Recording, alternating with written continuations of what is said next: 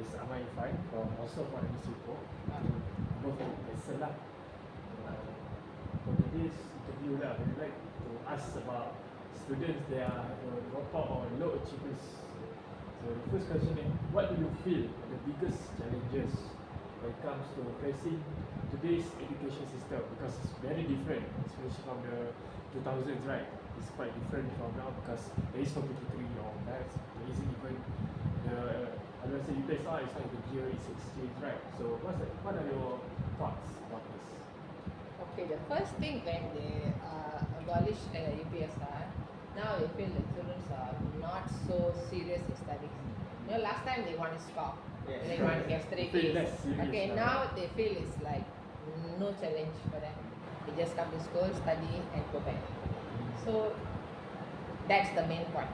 They should have exam, but since there's no more, so you can really see the changes in pupils' attitude.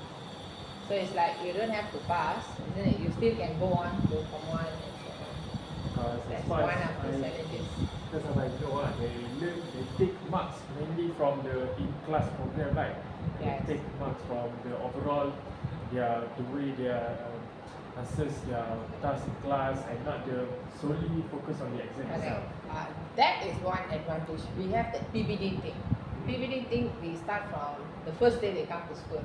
Okay, like last time they only evaluate for exam. Yes. So the pupils have to study for exam, do well, finish, that's all. But this PBD is good also. From beginning we see the listening, speaking, reading and writing skill. Everything is checked on them. So not necessarily you have to be a top student to score. You have the band 1, band 2, band 3, band 4, band 5, band 6. 6 is the best. Band 1 and 2 where you can't read, that's quite low. So it's better we start evaluating them from the first day till the last day. And then we evaluate them with all kinds of categories. Not only one, not exam oriented. And that is one thing good about they abolished the exam. Is it harder for the teacher nowadays to evaluate children in such ways? It's harder. Of course, it's very difficult because you have to keep, like this, you see the files here. We have to keep record and then we have evidence. In case the PPD officer come, okay, show me why the student get band 3 and you have to have the proof. But we do have all those things okay, to record. Moving on to my question, how do you manage your teaching duties as a teacher or as an English teacher? Oh, we have to. Actually, before school starts, we have all our plans, programs, we have meetings. So we follow that. It's quite difficult, but we have our schedule to follow. That's how.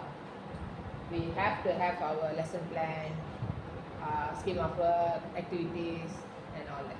The yearly activity we have to plan first. So, that will be easier. Considering that most of these ones that you teach our children, how do you motivate these kids to achieve more in their classes? Okay, the most important thing is the way you teach. We can't talk and talk nowadays. Children, right. They're exposed to technology. Maybe you have, now we have TV, computers, and that must be lively. Once your lesson is lively, kids enjoy. It's no more like our time, like my time. A teacher come, teach, go back, that's all. Now they move around. It's more interactive. Yes. Okay. So another question is, do you think dropouts, or not really dropouts but low achievers is an internal matter, like is only based on the student itself, or is it more of an external matter for the environment of the students? Okay. As for dropout, I don't think primary level we have. Because you can't drop out, You are able to drop. Correct. And they can't run away. They are too young to run. Okay, but low achievers, yes, we do have that.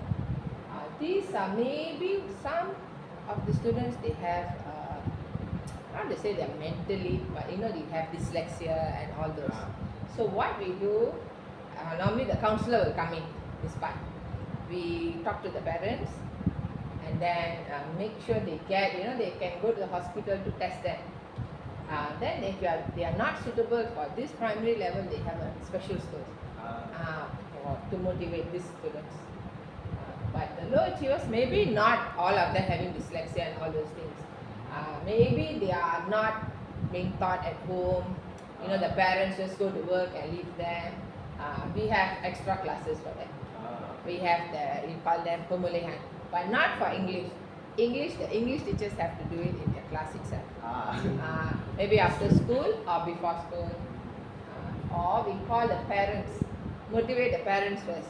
Let them know what's wrong with their kids. Because they won't know, you know, and kids keep on achieving bad results. So as you said earlier, that the way you teach. Okay. So do you think that it affects the students based on how the teachers teach? Like some of them are really hyperactive, are really cheerful and bubbly, and some of them are over seriousness. Yeah. So do you think it affects the students? And if it is, in what way? Yes, but you see, when we have activities, we must know how to control the children. If the teacher is not strict, you have to be strict, and also you have to be spotting away. So you have to balance out. But you have to have classroom control. That's the most important thing. The pupils are smart. They will learn the teacher first.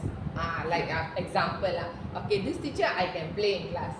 Let the teacher come.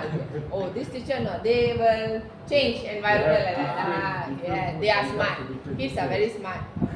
So first thing you must know them, teach them. You have to be strict. But later we have fun. Classroom control is very important. What are your thoughts, or have you experienced any thoughts on parents' involvement in their education? Yes. We have the report card day where parents come, where we can talk to the parents. Most of them are okay, they listen, but some will argue. So we need to know how to talk to the parents too. We can't straight away scold the parents. The way we converse the parents is also very important. Even sometimes we, like as teacher, as a language teacher, I will send report, okay, your student haven't done this homework. But some parents don't like. So you must know to whom to send the message to and how to send it in a polite way. So what is your As a follow-up to the question I just asked, do you think parents should be more involved in the children like learning? Like rather than just like throwing your children to just tuition like that, do you think it's more important for the parents themselves to like help the children? I think parents play a very important role because like us English teachers, just 1 hour only we teach in class. Back to them, they go home, they have to continue. Or I tell the parents, okay, some parents are not educated, I can't blame them. But I say, check your kids' work, see got homework or not, see the correction. If wrong, ask them to do correction. Motivate the parents a bit. So what is your opinion on some of the more stubborn one parents? They are more sided to their child rather than the parents. We have some parents, they don't argue about the kids' education. They argue about other matters in class. They fight among each other. For them, that is more important. You know, nowadays children are very pampered. Yes. Very difficult. You can't even raise your voice, you know. You must take care of your language also. So many things. Last time, you know, our teachers slap, beat, all those things can. But the kids are okay. Cannot. Even the words you use, you know. Cannot. You cannot say stupid also. You cannot say stupid. You must use the polite word. If they say the kids are emotional. Maybe nowadays the bringing up is like that. So we must follow the trend. A lot of things our teachers go through a lot. Since I've been teaching many years, I can see the changes from the time I started till now. It's different. They are more emotional. Yeah, because the parents support them too much. Not all, I'm telling you. Mostly, because they have 1 kid, 2 kids. That's the problem now. So how do you usually identify the students, especially the ones that are struggle in class? Yeah, that's why we have the PBD. The PBD, that's very important. We should have that. All the teachers will have the individual forms for each student. Because we must find out they are weak at which section, listening, speaking, reading, or writing, and motivate them. We must Can focus. you tell us more about the PBD, like how does the system work? PBD as for English, I get it. Listening, speaking, reading, writing. Okay, like now I see you outside as well. I see you converse with your friends. You also considered you can get marks, with that, how you converse. Not necessarily in Just class class itself. only, Anywhere else, I can evaluate you. Drawing, public speaking, all those things. So by then we can see how the kids they improve or what. Then we can find who's the one very weak students and so on. Would you say the weak student is the more student that like they close themselves off from their Correct. friends? They are introvert, they don't talk, they are very quiet. So we must motivate them. Maybe buy for them some gifts, pencils, Even or chocolate. let them come and speak. I do have a few. But later when you talk, motivate them, then they are okay. Okay. Do you have any, do you think that schools can help create a more supportive environment for like low achieving students? As you said, like there are some are like introverted, right? Yes, we do have. I told you like extra classes for them or any presentation in class. Maybe we give them a simple activity. That's the most important thing. We can't, if they are weak, we can't give them the same activity as the others. Give them confidence. At least they can. Maybe this student read 10 sentences. Maybe this student just read 2. That's the achievement. We start small. Then Help them later, build up more confidence. yes. So back to my question earlier, right? The students that are struggling in class. Yeah. So to prevent this early on, what personally what are your strategies in how do I say it to fix this problem for the risky students? Okay, first thing, year one. Year one very important. We identify the students first. From year one, then we slowly push them. Once we get groups of 5 students, we will motivate them. Then they go to year 2. But the problem is when we had this 5 students. When we go year 2, another new student comes from another school. Then difficult for us. Again, we have to start back. That's one of the problems we face. We like sort of repair all the students already. Okay, then suddenly another new student comes in. Like now, year 5, I'm teaching year 5. I suddenly got a boy from another school. He can hardly read and they are weak. So I must start back again for this boy. Process. And it's difficult when you have smart students in your class and one who's struggling. So when you must have many different types of activity. While they are doing that, you have to teach this boy. That's one of the challenges. Very difficult. Do you think if like, as you said, you have a student who transfer from another school to year 5, do you think it's harder for them because they are already much older compared to the one in like year 1? No, they go to the same level again. If they are year 5, they go to year 5 classes. But they are do you think weak. it's harder to control them or like help them like repair them? help them. Yeah, that's why. That's the problem. We have remedial for PM and Maths.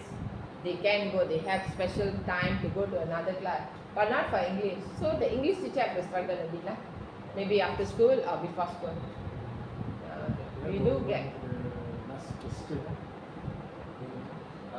What do you think is the most important aspect in preventing, not to say like student dropouts, but like low achievers? Like most of these kids are, how do I say it? Since the university is collapsed, so the burden feel lesser a bit. Yeah. So they mostly just don't How to prevent them? really Is it? don't to prevent them from More like how Take to repeat our light question, of like this. motivate them. Yeah, first thing I told them must identify them and have motivational class and also call the parents for motivation. Like last time during meeting, our GB called some of the parents for the very weak students. So I talked to them why your kid is weak and so on. To conclude our interview, I would like to ask like your conclusion on like what are the causes of like low achievers? A smart kids, parents motivate. So the opposite, they don't have, don't get motivation at home. The kids. I don't blame the parents because parents are working. Yes. They work very hard. They go in the morning, come back at night. So their kids are left out like that. No one to see them, no one to look at their homework, no one to encourage them. So actually, you can't blame the kid. We can't blame the parents also. They need to look for money and so on. Usually This is they- one of yeah, their background. much more impact during this years. So Yeah. when you go to secondary high school, it's going to become much more. One, they are poor. They can't afford extra classes, tuition, and so on. And the environment is from where they come from. So from much more. yeah. What do you think is the impact if like low achievers, if like the rate of low achievers keeps growing? What do you think? They will have problem in economy. Yes. Now we say English is important. Now we have the international thing everywhere. English is one of the most important language. International language. When it comes to work, they'll be left out. Yes or not? Because most of the kids, especially in secondary school, right?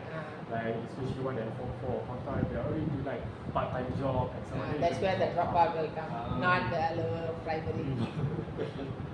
So that's all for our interview. Yeah. For them, can you introduce yourself again? From Okay. For the video. Okay. My name is Kamala Siva Balasubramanian. I've been teaching for nearly 29 years. Okay, I just came to the school 6 years. Before that, I was teaching in Dato Bangli Matita. I've been teaching English. if you don't mind, can you ask where did you start from? Okay, I did a Maktab Perguruan Ipoh Perak. Then I did my degree in UPM, University. Last time was University Pertanian Malaysia. Now it's Putra. Yes, that's when I got my degree. Okay. Thank you, teacher, for Okay. today's session. Thank you. Thank you so much. I hope it helped you all. Okay. Okay. Thank you. Okay. Shall I end the video? 1, 2,